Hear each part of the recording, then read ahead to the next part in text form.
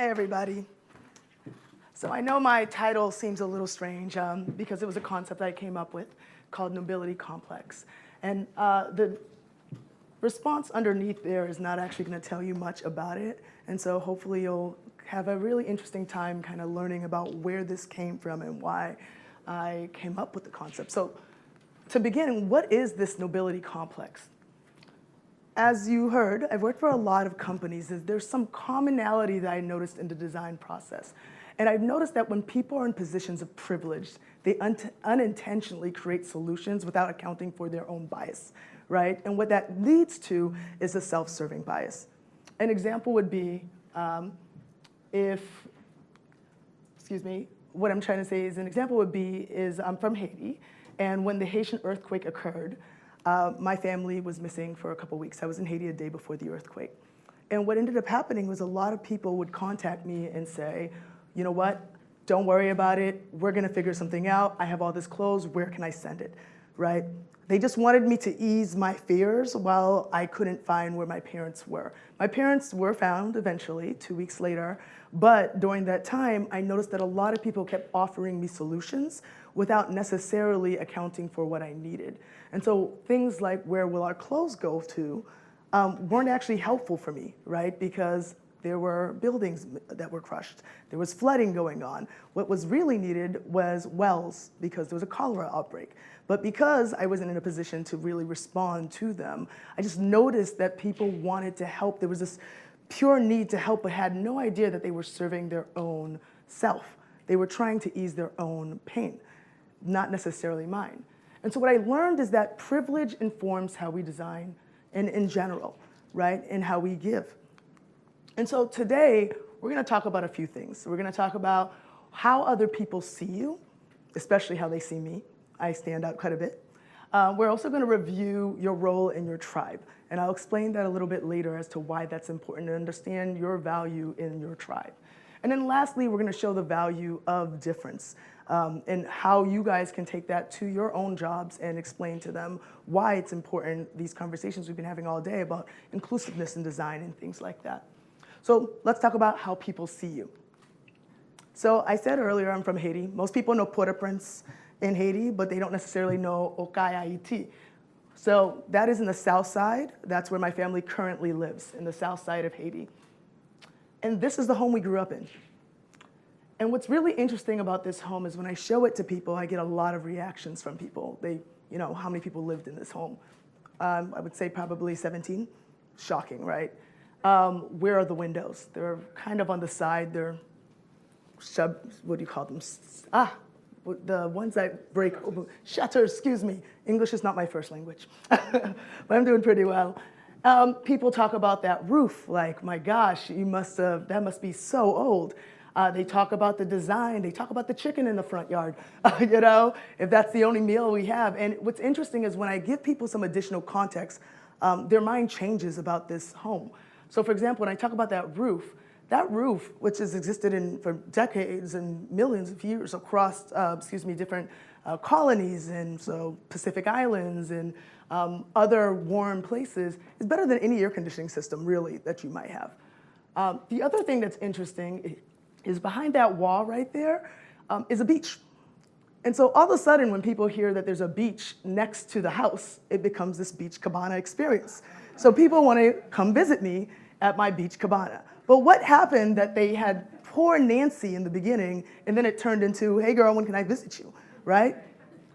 What's interesting is I've learned this even about myself. When I walk into a space, people already have an idea about who I am. And people have probably an idea of who you are as well. I like to ask people what they think I am. I get teacher, different things like that. But I make sure that when I walk into a room, this quote says it kind of all, personal brand is what people say about you when you leave the room, that I say who I am when I'm in a room. And so it's really important that you guys know that people do come at you with bias, whether you're male or female, right? And so I've learned, this is Audre Lorde's quote, that if I didn't define myself for myself, I would be crunched into other people's fantasies for me and eaten alive. And this is a poet, a very famous Black lesbian poet that she describes herself as. And what essentially ends up happening is I've learned that what really informs a lot of the design in this world is this concept of people trying to empathize with you and trying to feel your pain. And so this little boy here, this white boy, represents westernized society. And that black pregnant woman represents the rest of the world, right? And the reason I use the words white privilege here is because a lot of the time it's white privilege that's defining design for the rest of the world. The reason I use fragility here is because a lot of the times when you use words like privilege, people are harmed, right? They're like, oh my God, no, I'm not a bad person, I don't have racism in me, things like that, and that's not necessarily the point. I find that I end up having to cheer people up because of their fragility versus trying to get them to really hear me. And we'll talk about that a little bit later. So what is empathy? Empathy is understanding perspectives from another point of view. But what I said earlier is that sometimes empathy doesn't go far enough, right? So the example I'll give is here. Let's say I decided all of you will be the godparent to my next child, right? And I want you guys to build a mobile for my next child, and it's a baby boy. I think that you guys would really try to empathize with the experience of this child, right? You might put some stuffed animals there, some shapes, throw out some other ideas that you might put in here. What do you think? What would you put on this mobile? What was that? Dragonflies. Dragonflies, okay, very nice. That's a first. But you know what ends up happening is the actual perspective that this child has is underneath these toys, right? They're looking at the bottoms, they're seeing wheels in the bottom of planes or the bellies of dragonflies, right? What happened where you tried to empathize with this child that the design still seemed to be something that was more about satisfying you, not necessarily this child? And so what I've just shown you here is that we all have a little bias, right? And so what ends up happening is that I've noticed is that when we don't know what other people see of us, or when we try to design, the missing element is that we don't actually know our value. And I feel like when we know our value, then we don't take so much of a role in trying to serve ourselves, but understanding on how to use our value to serve others. And so this is where I get into review your role in your tribe. So a little bit about my background. I've been educated in a few different places. I've worked at Harvard, MIT, University of Michigan, got a really, really early start, worked on my master's, worked on my PhD, all in human-computer interaction, human factors engineering, sociology, information systems, this kind of idea between humanity, and technology. And I wanted to figure out the bridge between them because I'm learning in classes some interesting things. I'm learning things like casinos are designed by painting them red and putting oxygen in the room and putting the most addictive machines by the exits in the bathrooms, right? They lower the ceilings on blackjack tables to keep you there longer. Complete manipulation and design. But it's really interesting as I'm hearing this because I'm also traveling the world. I've been to over 70 countries, right? And I'm in India asking if I could politely wear a sari, and people are like, yeah, fine, you can purchase a sari and go ahead. I go into the stores to show them the saris that I want. There's a language barrier, and the gentleman keeps trying to communicate with me, so I start repeating Beyonce over and over again, figuring that he might understand the quality I'm looking for. He doesn't know what Beyonce means, but he seems to understand as I keep saying, no, more Beyonce, to go to a next level. And we find this sari, and within 2 days, I have this thing wrapped around me, and I'm in the stores, and I'm shopping around for fruit, and everyone is staring at me because I look damn fine, right? And a friend of mine runs up to me and says, oh my God, what are you doing? And I said, clearly, attractively buying fruit, right? And her response said, oh my God, you're wearing a wedding dress. I had no idea that the color red and gold in India represented wedding colors. White represents funeral colors. So here I am learning in school that casinos are painted red, but if red appears to be something different in these other places where they think I'm a runaway bride that got hungry, right? What does it mean when westernized societies are spreading their designs everywhere? The same concept happened when I was learning about designing museums or libraries. If you want to design them without signs, you design them so that they echo, because there's this idea that if you hear yourself speak, you lower your voice because you become self-conscious. I'm sitting in class hearing this, and I'm thinking, but what if you're Haitian? Because if a Haitian walked into a room that echoes, I can promise you we'll turn that into music. So what is a universal human factor? What is a universal truth? And what is just our own biased perspective of the world? And so I noticed this as I started working with a number of companies. You can see I've worked with everyone. I worked on the first version of healthcare.gov that, failed miserably. So I didn't put that on my resume for a while. I worked on a mood ring for Facebook where I was trying to use statuses to understand if people had deficiencies in cold weather versus warm weather, right? I worked at Pfizer developing their information site. I even worked at Intel where I was working on the future of hospitals, at-home hospitals. So baby boomers, you guys sort of know what that is, right? There was this fear that baby boomers would all flood the hospitals one day. And so all these companies were competing to build the first at-home hospital. This is back in 2008. And what ended up happening was I did some research on the actual technology that was being used and returned and it said, hey, so I know we're building these home hospitals, but no one will use this. And they're like, no, that can't be. This is very important. They have no choice. And I said, no, they seem to have a choice. This is a high-touch community of elderly folks, this culture within them. And so what happens is they actually know in the United States that hospital and you say you have a heart condition, you get to skip everyone in line and be seen by a physical person. They would rather see a person than a box. And so then marketing got joined in and they tried to make these videos where, their children weren't around, but it was better to talk to a doctor in a box, but they weren't fooled. This was not something they were interested in using, and that project ended up being shelved, and many companies were working on that. And so I wanted to understand, what was going on with these agile approaches to design and designing at scale, and all these companies creating solutions, but not necessarily having the right voices in place. And so I decided to try to figure out a great way to understand what is our actual value. I was dating this guy once, and he was upset that I kept getting all these engineering jobs, and he felt like he was more of an engineer than I was. And it was very confusing to me because I lived in a village in Haiti, and my father, who's middle school educated, and my mother, who's middle school educated, my mother was doing medical help. She knows everything about plants. My mother gardens every single day, right? My father could build bridges and houses. Neither of them had degrees. Were they less of an engineer, or were they less of a doctor? And so the question I asked at the time is, let's say colonialism did not exist, and let's say industrialism did not exist. You would probably be in a tribe somewhere. What role would you play in that tribe? For me, I would play a storyteller, right?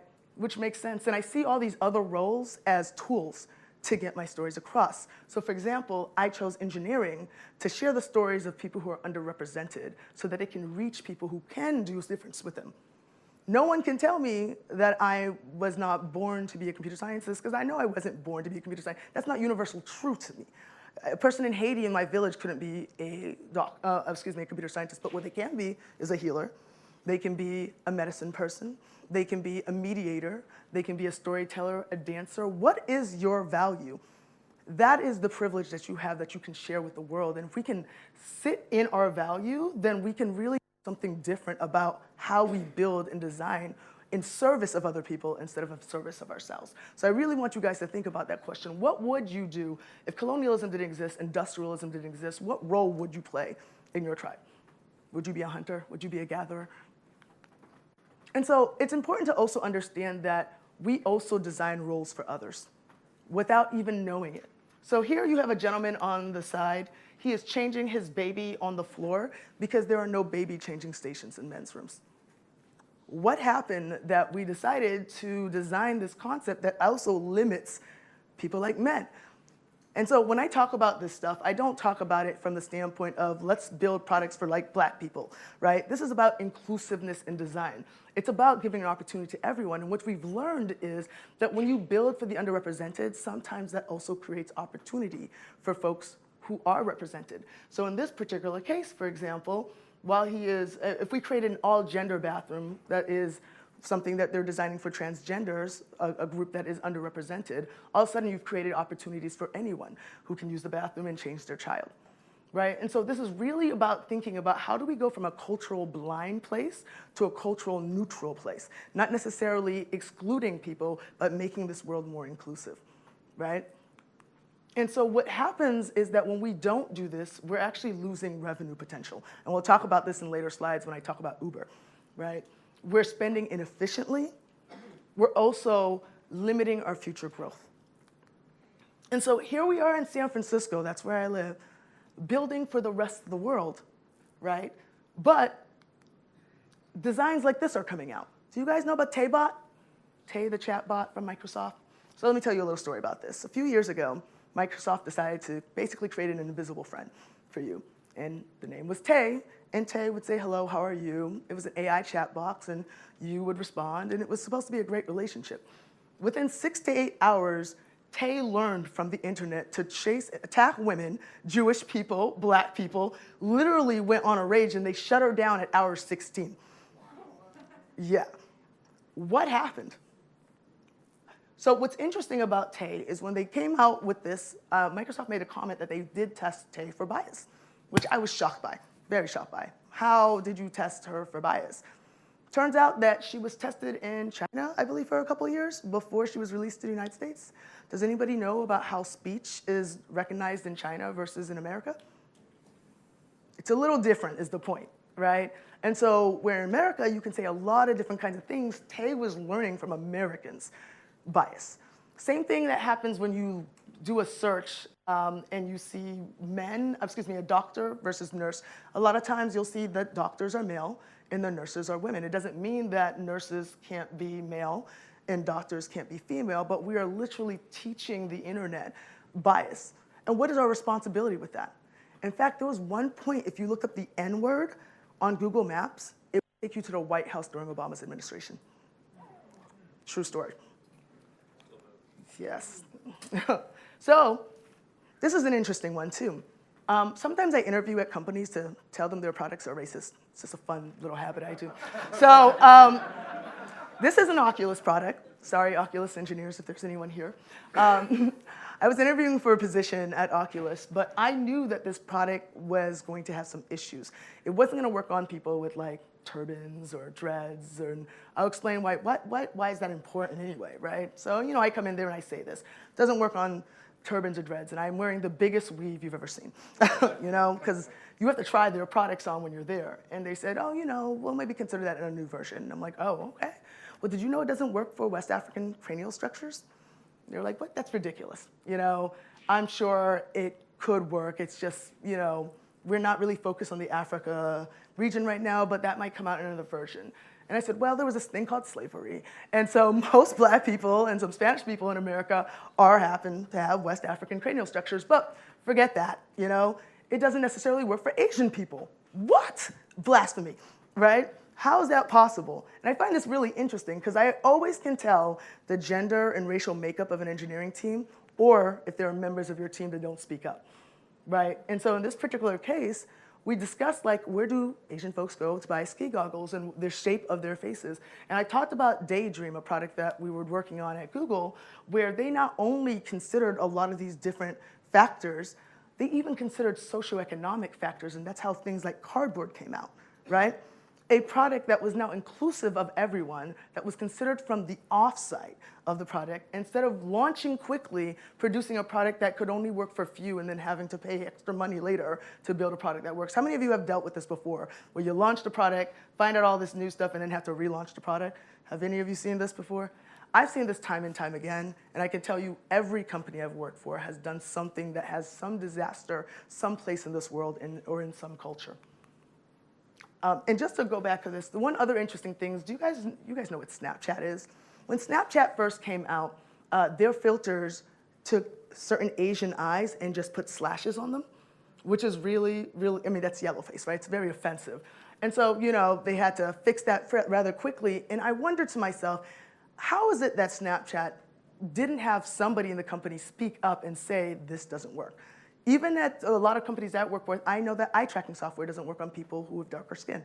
I know that certain Apple Watches at one point did not work on dark skin, and maybe you guys have also heard that certain water fountains also don't pick up dark skin, right? And so that's a whole nother battle in itself. In fact, at Uber, we created a technology that's supposed to be able to recognize if you are the driver or not, so it does facial screening. And we have to have engineers a whole team in India in the background double checking because this technology doesn't necessarily work on everyone's facial structures, which sucks, right? Spending inefficiently. And so the last thing is showing value and difference. We're going to talk a little bit about Uber here. And then I'll bring up some Google examples as well. So currently, Uber is in 6 different continents, and they are in 77 countries, more. There are 600 cities around the world. However, what they have publicized on their website, right, is that they have 75 monthly active riders, 900,000 drivers in the US, but 3 million active drivers globally.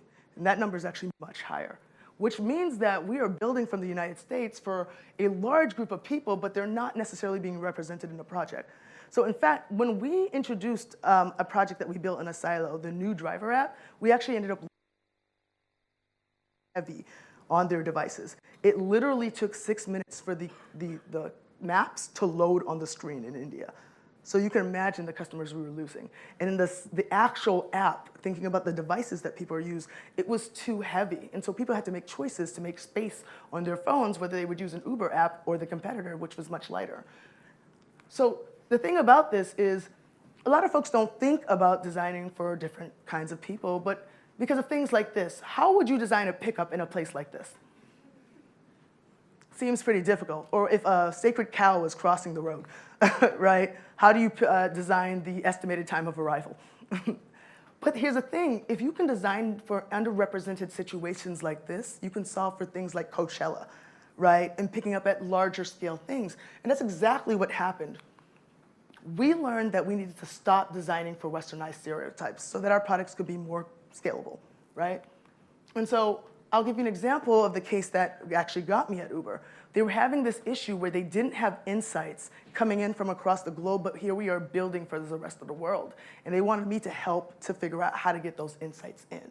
And so what I'm going to go into is how we figured it out, how our project translates into other places, and what I built while I was at Uber. And it's called GSR, the Global Scalable Research Program.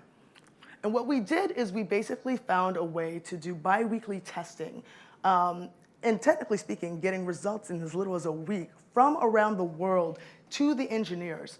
And in the PRD process, we put an optional checkpoint. We were able to get several kinds of insights so that we could inform product teams from HQ and what they needed to design for different global regions. And we were also able to do cross-regional analysis, which is kind of crazy, right? To do a lot of work in less than 2 weeks. We were also able to do repeat engagements, and we were able to increase our revenue potential by this program. And so I'm going to show you a little bit of it. This is my team. So I was in headquarters. Europe was run by Saswati, who's in London. They gave me head count to, technically speaking, hire some folks. I think it was like only a couple people, but that head count went a lot further in other countries. So I went to India, and I went to the LATAM area, and I hired folks in Mexico, Brazil, and India. And these were going to be our teams that were going to do some of our global work. And then, in the process, I went into a PRD process, worked with the product engineers, and asked them if I could get a little space in there. By the way, PRD is a product requirement. Not sure how you guys produce products or how they come out, but engineers may have some format when they're producing projects with place within the PRD.